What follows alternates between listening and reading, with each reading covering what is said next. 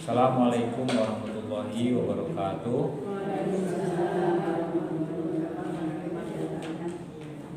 Alhamdulillah rabbil alamin wassalatu wassalamu ala asyrofil anbiya wal mursalin wa ala alihi wa sahbihi ajma'in. Amma ba'du.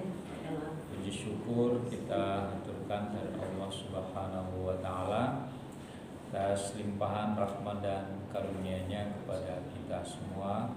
Pada sore ini kita dapat hadir bersama-sama di Masjid Al-Firdaus ini dalam kajian rutin kita setiap Selasa sore. Sholawat dan salam tanpa pula kita aturkan kepada junjungan kita Nabi Muhammad sallallahu alaihi wasallam, dan semoga kita semua ini nanti mendapatkan syafaat atau pertolongan beliau di hari akhir kelak. Amin ya rabbal alamin. Kesempatan ini saya akan membahas empat ciri orang yang ibadahnya sia-sia. Nah, ini kita perlu memahami dan meneliti, mencermati apakah kita termasuk ibadah kita itu sia-sia, muspro gitu kan.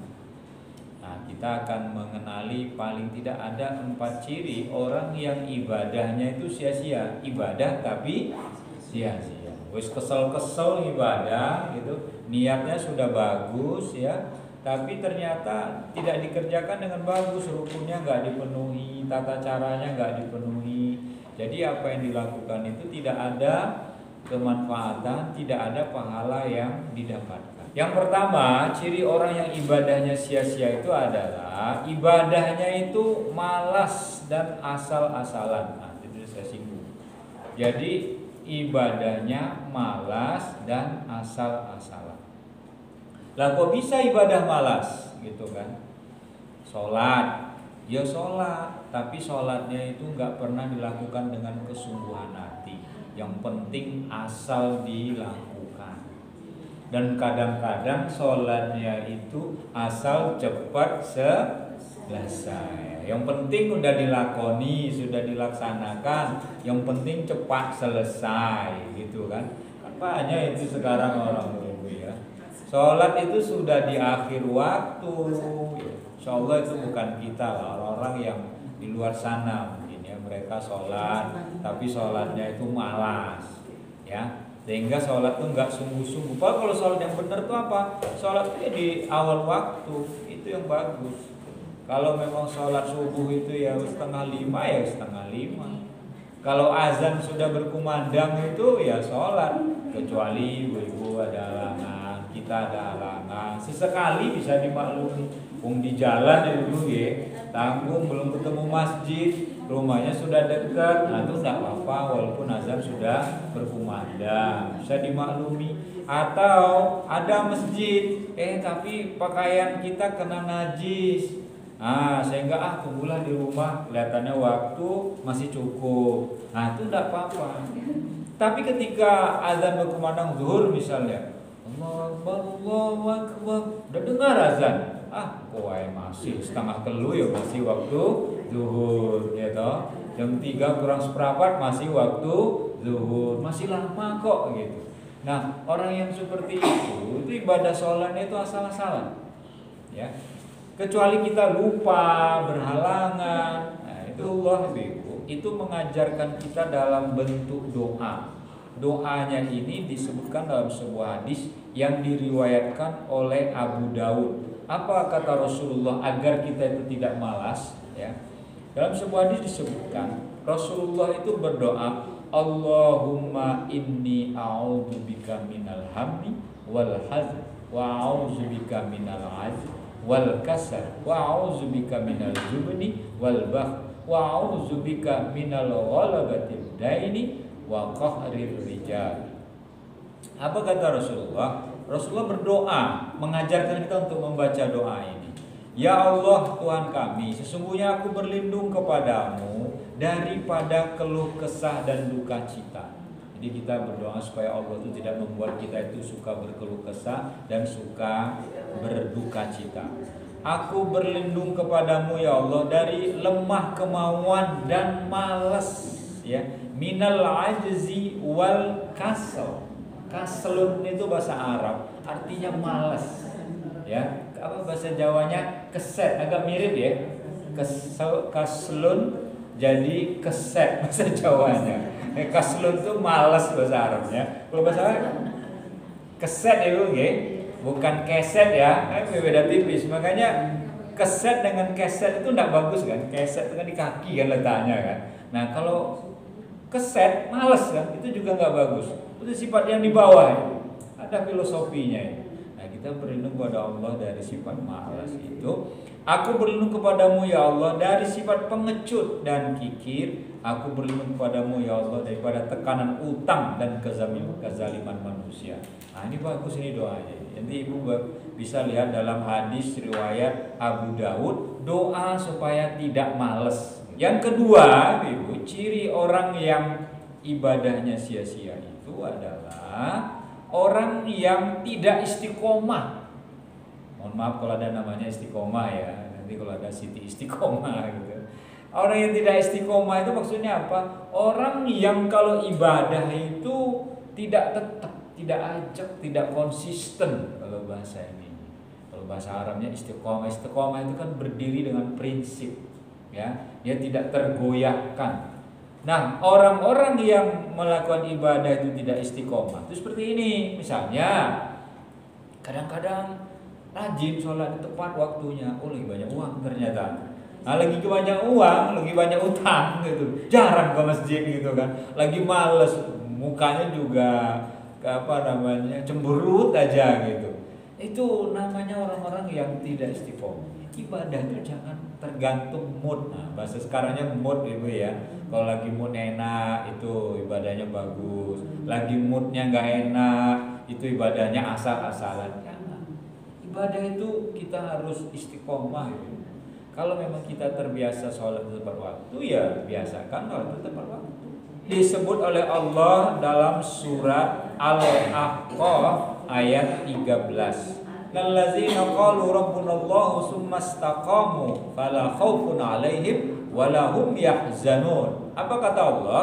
Sesungguhnya orang-orang yang mengatakan Tuhan kami ialah Allah, kemudian mereka tetap istiqomah, ya, maka tidak ada kekhawatiran terhadap mereka dan mereka tidak pula berduka cita. Jadi kalau kita sudah yakin dengan Allah, istaqim dalam hati kita, istiqomah dalam hati kita bahwa Allah Tuhan ini hanya untuk mencontohkan saja loh, sehingga ibadah kita itu mantap, maka orang-orang seperti itu kata Allah, dia tidak akan ada kekhawatiran dalam hati. Ada orang, gimana kamu hidupmu seperti ini? Oh, saya nggak khawatir, saya sudah bekerja, saya sudah ibadah. Tetapi Allah yang maha mengatur segala sesuatu. Saya pasrah ketika saya sudah berikhtiar, saya sudah berdoa. Berarti istiqomahnya bagus, ya. Lah nanti gimana kehidupanmu ke depan? Masa hidup sebegini kerasnya pekerjaanmu cuma seperti ini? Saya tetap akan bekerja keras. Persoalan rezeki ada yang ngatur, yaitu Allah Subhanahu wa ta'ala. Nah, itu orang-orang yang seperti itu tuh orang yang istiqomah. Dia nggak takut dengan kehidupan yang dilakukannya, yang dijalaninya.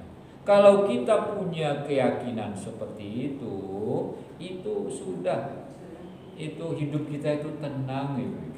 Ya. Lalu yang ketiga, ciri orang yang ibadahnya sia-sia yaitu orang yang tidak percaya diri. Nah, itu. Jadi orang yang tidak percaya diri itu ibadahnya itu sia-sia. Misalnya seperti ini. Kita itu mengirim doa loh kepada orang yang sudah meninggal, paling nggak sampai doanya, gitu kan. Oh, saya itu berkorban atas nama bapak saya, bapak gue mati, paling nggak sampai pahalanya ke bapak saya. Jangan ibu. Jadi setiap amal ibadah yang kita lakukan asal sesuai dengan tuntunannya itu sampai. Soal doa misalnya, kalau doa yang kita doakan untuk orang yang mati tidak sampai, Kenapa Kanjeng Nabi mengajarkan kita untuk mendoakan orang mati? Kalau ada saudara kita yang mati laki-laki, Allahumma firlahu warhamhu wa'afihi wa'anhu. Ya Allah, ampunilah dosa saudara laki-lakiku ini, temanku, kerabatku. Ada tuntunannya. Oh, yang meninggal itu perempuan, kita doakan juga. Allahumma ufir laha warhamha wa'afiha wa'fu anha. Ya Allah, ampunilah dosa saudariku ini, tetanggaku ini yang perempuan, dan ampunilah, maafkanlah segala dosa dan kesalahannya. Oh, semua umat Islam kita doakan bisa. Allahumma ufir lahum warhamhum wa'afihim wa'fu anhum. Ya Allah, ampunilah dosa mereka semua. Ya, dimanapun mereka berada kita doakan nih. Kenapa? Karena kita diajarkan untuk mendoakan. Jadi kalau kita tuh nggak sampai, kan ada kan orang sebagian mengatakan begitu ya, Ibu ya, mendoakan semua orang. Bahkan salah satu doa khatib mimbar masjid itu saat sholat Jumat itu selalu disampaikan, Allahumma fir lil mu'minina wal mu'minat wal muslimina wal muslimat al ahya'i minhum wal amwat. Apa artinya, Ibu? Ya Allah, ampunlah dosa orang mukmin dan mukminat, laki-laki dan perempuan, muslim dan muslimat, laki dan perempuan, al ahya'i wal amwat, yang hidup maupun yang mati. Jadi kita memang dianjurkan mendoakan orang yang hidup. Ada orang hidup maksudnya dia lagi sakit, kita doakan. Ya, kalau ketemu sama teman-teman yang itu dimanapun, kan sering tuh kalau bahasa Jawanya dia sami-sami dungo di dungo, itu bagus ya. Ya, artinya kita doa-doa, saling mendoakan ya. Jadi kalau kita terbiasa saling mendoakan dan diamini oleh malaikat ya, itu doa itu makbul gitu.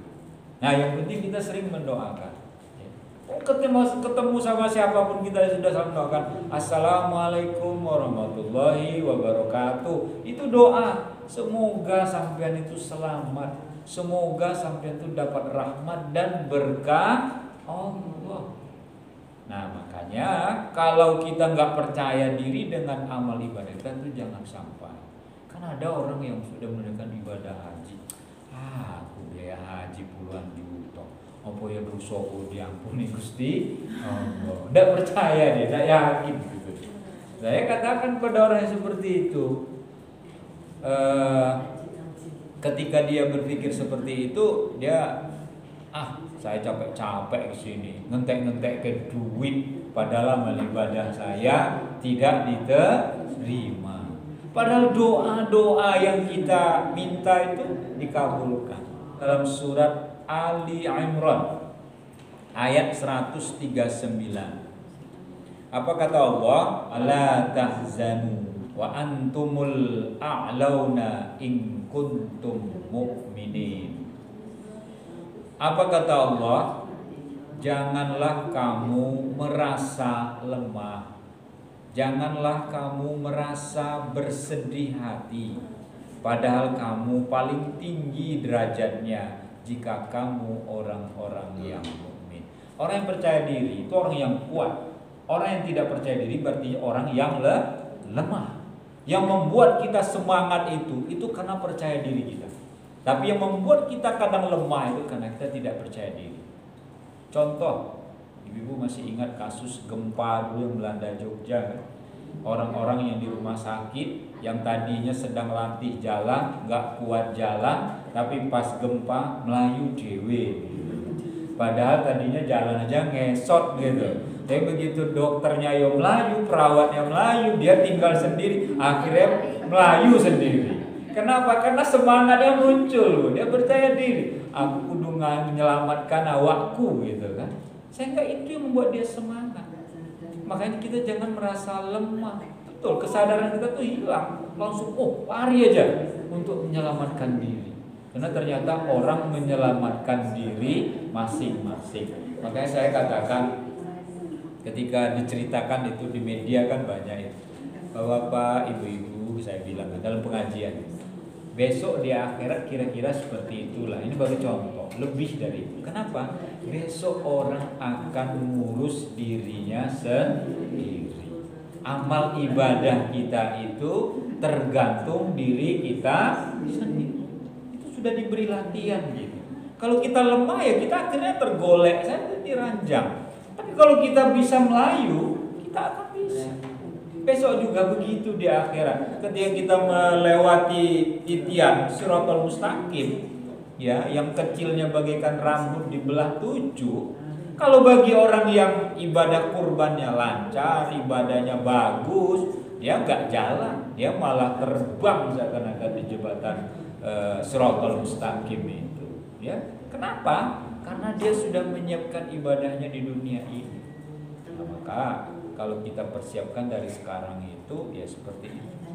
Ibadah yang kita lakukan harus lakukan dengan yakin. Terakhir Ibu, bahwa ciri orang yang ibadahnya sia-sia yang keempat adalah tidak mandiri.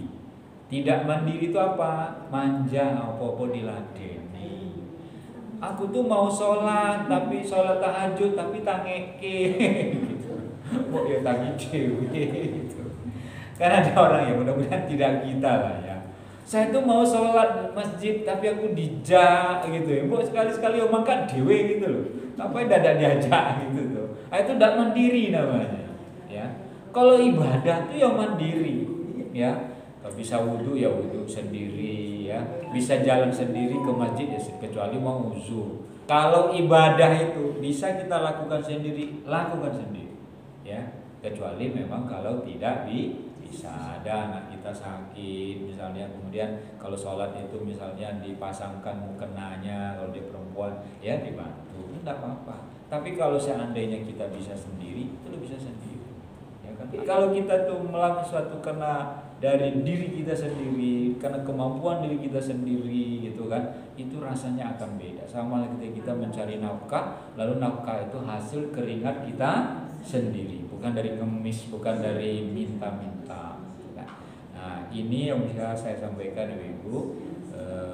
Semoga ada manfaatnya, dan apa yang kita lakukan selama ini, harapan kita amal ibadah kita diterima oleh Allah Subhanahu wa ta'ala. Kurang lebih mohon maaf. Wabillahi taufiq wal hidayah. Wassalamualaikum warahmatullahi wabarakatuh.